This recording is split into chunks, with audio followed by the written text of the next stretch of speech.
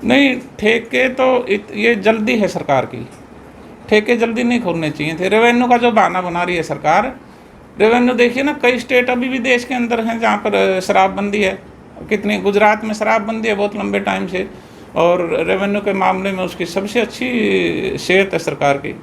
बिहार में शराबबंदी हुई है ताज़ा ताज़ा, तो बिहार के अंदर रेवेन्यू की दिक्कत नहीं है।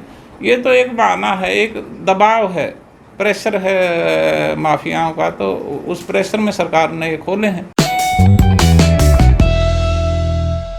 सर आपका नाम? मेरा नाम ईश्वर सिंह है। मैं president Haryana bank employees federation Faridabad से बिलोंग करता हूँ। सर, मजदूरों की जो समस्या है उनको लेकर आप क्या कहना चाहते हैं? मज़दूरों की समस्याओं के बारे में तो जी जितना मर्जी कह लो, तो मज़दूर सबसे ज़्यादा पीड़ित हुआ इस टाइम में। बगैर प्लानिंग के सरकार ने ये, जैसे एकदम जैसे नोटबंदी का ऐलान किया था, वैसे ही सरकार ने बिना किसी प्लानिंग के लॉकडाउन कर दिया। लॉकडाउन निहायत ज़रूरी था, लॉकडाउन करना चाहिए था, लेकिन सरकार ने न किसी से सलाह मशवरा किया, न कोई अपोजिशन पार्टी से, न किसी ट्रेड यूनियन के संगठनों से फैसला किए बिना मोदी जी ने ऐलान कर दिया, जिससे सबसे ज़्यादा पीड़ित मजदूर जमात हुई है। मजदूर की मौत है, बेहद मौत है। वो उसने ये तय कर लिया कि मैंने यहाँ भी मरना है, और इससे अच्छा तो मैं रास्ते में जाके अपने गांव जाते जाते मर जाऊं, तो वो ज़्यादा ठीक है। एक किस्म से अराजकता का माहौल है मज़दूरों के अंदर। बगावत पे उतरे हुए हैं, कहीं पत्थर फेंकते हैं, कहीं पुलिस पे हमला करते हैं, कहीं प्रशासन पे हमला करते हैं। पेट भरने के लिए पानी नहीं मिलता पीने के लिए, तो खाने की तो अलग बात है। इसलिए सबसे ज़्यादा पीड़ित मजदूर हुआ इस दौरान। सरकार बोल रही है सोशल डिस्टेंसिंग का पालन करें, लेकिन जिस प्रकार ठेकों के बाहर कतारें लगी हुई हैं और एक तरह से नोटबंदी जैसा काल मचा हुआ है, इसको लेकर आप बैंक के अधिकारियों, आपका क्या कहना है? नहीं, देखिए, नोटबंदी में ये खतरा नहीं था कि संक्रमण फैलेगा, ये डिफरेंस है। नोटबंदी में तो खड़े हैं लोग, दिन रात खड़े होते थे, राउंड तक लोग 24 घंटे लोग खड़े होते थे लाइनों में, रात को भी ख़त्म नहीं होती थी लाइनें, सुबह फिर 4 बजे से पहले ही खड़े। अब यहाँ ये बराबर खतरा है, आदमी का डिस्टेंस नहीं हुआ तो एक को है, तो वो जितने लाइन में खड़े हैं सबके अंदर फैलने का खतरा रहेगा। ये डिफरेंस है नोटबंदी में इसमें। नहीं, ठेके तो ये जल्दी है सरकार की। ठेके जल्दी नहीं खोलने चाहिए थे। रेवेन्यू का जो बहाना बना रही है सरकार, रेवेन्यू देखिए ना, कई स्टेट अभी भी देश के अंदर हैं जहाँ पर शराबबंदी है। कितनी, गुजरात में शराबबंदी है बहुत लंबे टाइम से, और रेवेन्यू के मामले में उसकी सबसे अच्छी सेहत है सरकार की। बिहार में शराबबंदी हुई है ताज़ा ताज़ा, तो बिहार के अंदर रेवेन्यू की दिक्कत नहीं है। ये तो एक बहाना है, एक दबाव है, प्रेशर है माफियाओं का, तो उस प्रेशर में सरकार ने ये खोले हैं।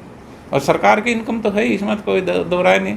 ये भी बिना प्लानिंग के खोले गए हैं, एकदम भीड़ कैसे निकल के पड़ी है, मारा मारी है, वो और ज़्यादा रिस्की हो जाएगा, उससे और संक्रमण फैलेगा। ये जल्दी किया है फैसला। सर, आपका नाम और डेजिग्नेशन? सर, मेरा नाम RN सिंह है और मैं जिला एटक का सचिव हूँ, सेक्रेटरी। सर, लॉकडाउन में मजदूर वर्ग काफ़ी परेशान है, इसको लेकर आप क्या कहना चाहते हैं? सरकार लगातार झूठ बोल रही है। सरकार लोगों को राशन नहीं दे रही है, और टेलीविज़न पर और मीडिया में आकर के बोलती है कि हमने जो है ना इतना करोड़ लोगों को राशन दे दिया। जबकि मैं खुद जहाँ रहता हूँ, मजदूर बस्ती में, डबुआ कॉलोनी में, पर्वतिया कॉलोनी, यहाँ जो खास करके जो नीडी लोग हैं उनके पास राशन नहीं पहुँच रहा है किसी भी तरीके से। मालिक, फैक्ट्री मालिक उसको पैसा नहीं देता, तनख्वाह नहीं देता, सरकार उसको राशन नहीं देती। बहुत 100 में मुश्किल से 15 आदमी के पास APL या BPL राशन कार्ड है, मात्र 15 आदमी के पास।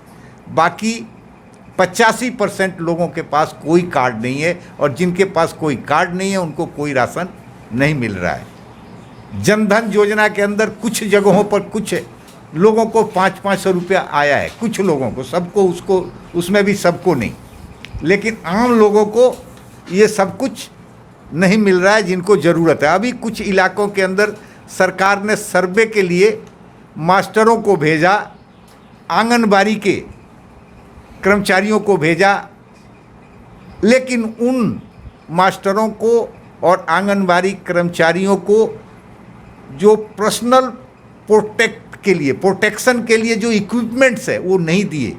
उन मास्टरों ने मास्क भी अपना बाजार से खरीद करके लगा करके लोगों में सर्वे के लिए गए। तो सरकार खुद कोरोना के प्रति और इस बीमारी के प्रति गंभीर नहीं है। सरकार इस बीमारी के बहाने और मिल मालिक इस कोरोना के आड़ में और ज़्यादा हमला तेज कर दिया गरीबों पर, और ये एक निहायत ही गलत बात है।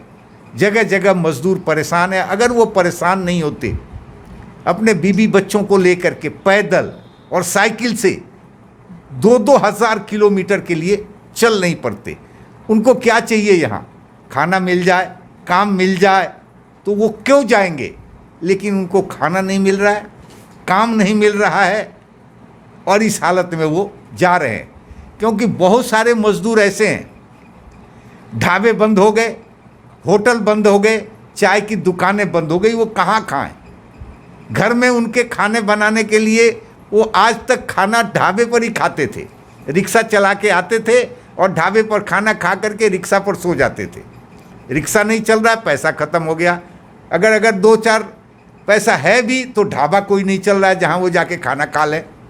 और एक आदमी किसी के घर शर्म के मारे 1 दिन मांगने जाएगा, 2 दिन मांगने जाएगा, 3 दिन के बाद उसकी आत्मा अलाउ नहीं करती कि मैं भीख मांग करके जाके खाना खाऊं। इसलिए वो सोचता है कि हमें घर पहुंचा दिया जाए। और सरकार गलत कर रही है, उनको लेट कर रही है। उसको ये चिंता है कि मजदूर भाग जाएंगे तो यहाँ इंडस्ट्री कैसे चलेगी। ये ठीक है, उनकी चिंता कुछ हद तक दुरुस्त है। इंडस्ट्री चलेगी किस लिए? लोगों को अगर रोजी नहीं मिलेगा, इंडस्ट्री चले और तनख्वाह ना मिले, तो उस इंडस्ट्री का चलने का क्या फ़ायदा? 3-3 महीने से अभी फ्रेंड्स ऑटो फरीदाबाद के मजदूरों की तनख्वाह 3 महीने से नहीं मिली, फरवरी की तनख्वाह नहीं मिली। और वो जगह जगह जो है ना, व्हाट्सएप पे, मीडिया पर जगह जगह जा रहे हैं, पुलिस थाने में भी जा रहे हैं, उनकी सुनवाई कहीं नहीं हो रही है। तो वो मजदूर भूखे मरने के बजाय वो सीधा कहता है कि रास्ते में चलते चलते मर जाऊंगा, मरना तो ऐसे भी है, तो लड़ के मरूंगा तो कोई बात होगी। तो वो पैदल चलना भी एक लड़ाई समझता है, साइकिल पर चल रहा है। इसलिए सरकार को निहायत ही एक सेंसिटिव होने की ज़रूरत है, संवेदनशील होने की ज़रूरत है।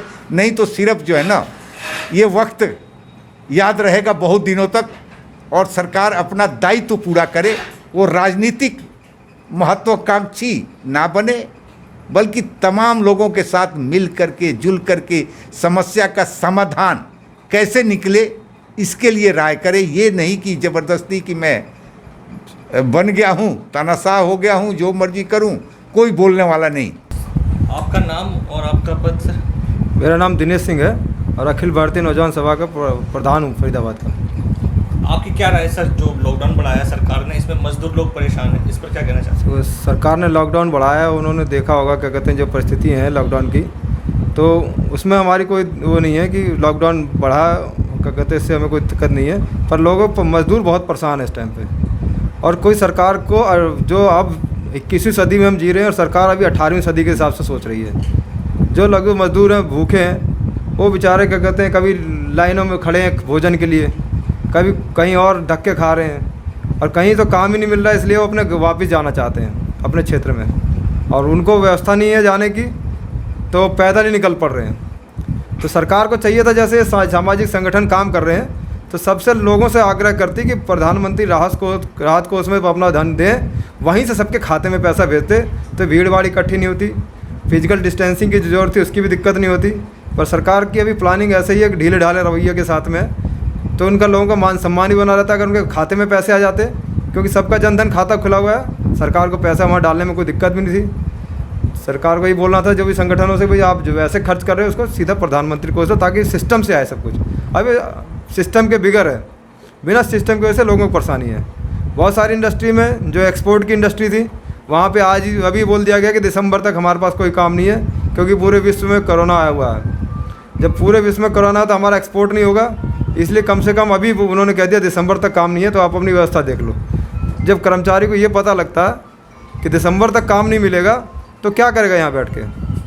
वो जाएगा वहाँ अपने अपने क्षेत्र में, कम से वहाँ सुरक्षित रहेगा, भरपेट खाना तो मिलेगा, सम्मान के साथ जिएगा। ये विस्थापन की जो सबसे समस्या यहीं पर ही है। तो सरकार को पता करना चाहिए इस तरह की कौन कौन सी इंडस्ट्रीज़ हैं, उन वर्कर्स के लिए, उन कर्मचारियों के लिए क्या व्यवस्था करनी चाहिए, क्योंकि डाटा सबका सरकार के पास सबका है। तो ये थे एटक यूनियन के अधिकारीगण। कैमरामैन भूप सिंह चौहान के साथ Neeraj Gautam, BSN national news. अगर आपको ये खबर अच्छी लगी तो लाइक करें, ज़्यादा से ज़्यादा शेयर करें और चैनल को ज़रूर सब्सक्राइब करें। धन्यवाद।